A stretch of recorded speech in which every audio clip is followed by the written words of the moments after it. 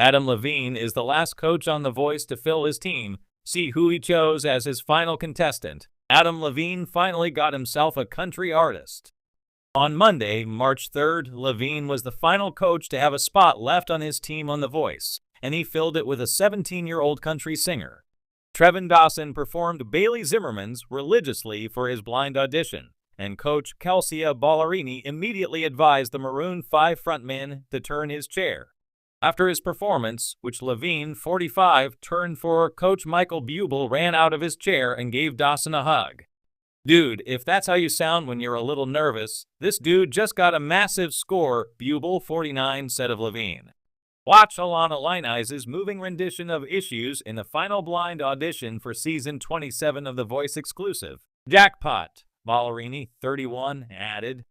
Dawson then invited his mother, father, and sister to the stage, and Buble said he was "so happy for you and so miserable for me. All I have to say is, damn you, Adam," the home singer concluded. John Legend, who was the first to fill his team, told Dawson that he loved the shred in his voice. "It's not natural," the All of Me singer said. When it was the Heart First singer's turn to speak, she poured her heart out to the contestant. "Well, hey, cowboy," she said. "You arguably had the highest stakes performance because our teams are full. There's one spot left for this season, and it's Adam's, and he is tough because Blake Shelton has broken his heart over and over and over again. That's a long time of loving a genre that you just don't get to do because Blake. I think he has a lot to work through, but maybe this is fate," Ballerini continued. Levine gave the final word and complimented Dawson for his voice that cuts like a knife. Lucia Flores Wiseman earns 4-chair turn singing in Spanish on The Voice. See who she chose as her coach. "You're singing a big song and everyone's going crazy in the experience. It's a very intimidating one, or it can be. You never let that get the best of you, and your voice is what sailed to the top of all of the chaos," the Sunday morning singer said. "To me, the people that end up winning this show are the ones that have those voices that cut through all the noise." He continued, "I'm going to take all of the notes that I've heard from country music. I'm going to pour all of that into you. You can win this show, and you've got a bright future ahead of you. It's really good to have you on my team, man." In a one-on-one after the audition, the She Will Be Loved singer said that Dawson was the perfect person to round out his team, and he could see him going far in country music. Monday, March 3rd, marked the end of the blind auditions, and the battle rounds are set to begin on Monday, March 10th on at 8 p.m. That's on NBC. The red chair twists one final time.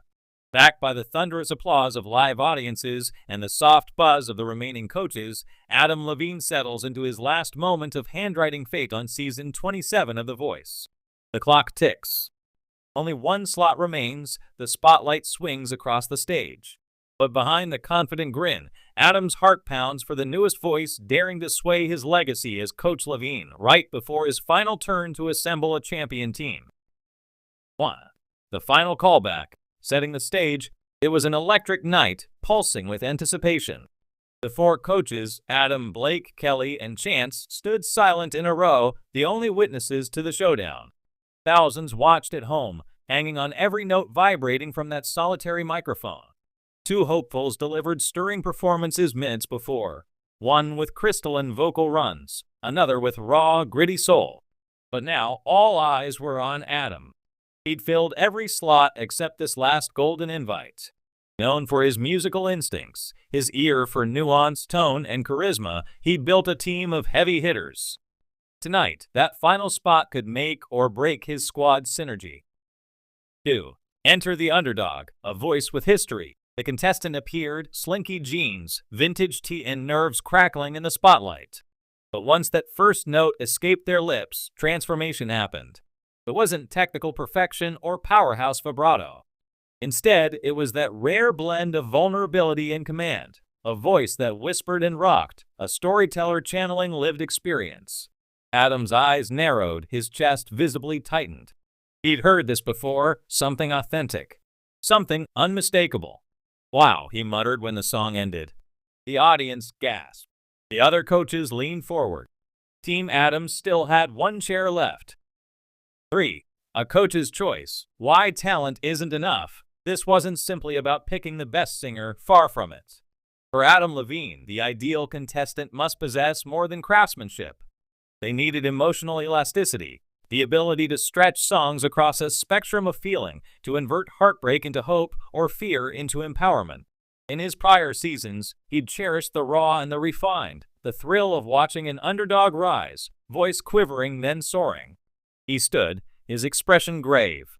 "If I still have a chair to fill," he said, scanning the contestant, "it's because I believe this voice can swim deeper than any other here." Kelly and Chance exhaled. Blake smiled.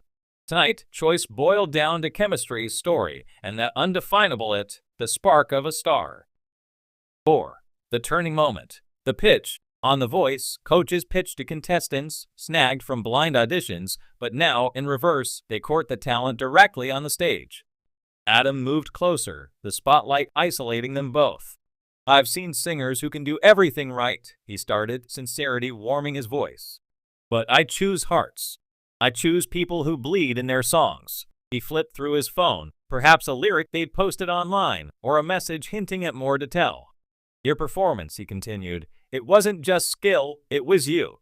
All of you." The contestant swallowed. Blake nodded, arms folded, recognizing a masterclass pitch. Adam closed.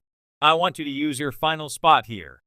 You won't just fill a chair, you'll fill a space in my team where your story matters. Where we'll push, shape, and let your voice break open. What do you say?" The delightful surprise, acceptance, and what it signifies, cut to backstage. The nerves, the hugs. Our contestant, overwhelmed, nodded. "Yes," came the hushed reply. The audience shattered into cheering, the room flooding with light and emotion. Clap lights resemble fireworks, and for one moment, Adam's last choice echoed with the promise of something remarkable yet to come. This wasn't just a contestant joining Team Levine. It was a statement. In a world chasing viral perfection, Adam chose artistry and substance. He chose authenticity. He chose a narrative worth telling. He chose them. 6. What this means for Team Levine and the competition. Adam's roster now stands full, a curated family of voices, experiences, and identities. And this last edition shapes the dynamic profoundly. Diversity of style. His other artists included a roots rock guitarist, a jazz-infused R&B soprano, and a storytelling folk singer. Now this voice adds a layer, maybe blues-drenched, maybe indie groove, but undeniably new territory. It signals Adam's hunger to cover all bases as the show progresses. Strategic edge. Season 27 boasts real talent across the board. Kelly's powerhouse ballads, Chance's vibrato opera fusion, Blake's pop-rock fusion. Adam's team, already strong, gains emotional range, something viewers and voters cherish. Coach identity, reframed. Adam's known for performance polish and chart-friendly choices. But this moment shifts perception. Coach as nurturer, dissecting emotion as much as music. He's no pop star flash. He's a conduit for emerging artists to channel life through song. 7. The backstage reflections. A mentor's instinct. Earlier, behind the curtains, coaches chatted. Chance admitted, usually it's about range. But with them, it was different. I felt the song in your bones, Adam. Kelly agreed. We all hear technique. But every so often someone surprises the room with feel. Blake finished, "That chair didn't just fill, Adam. It rounded out your purpose."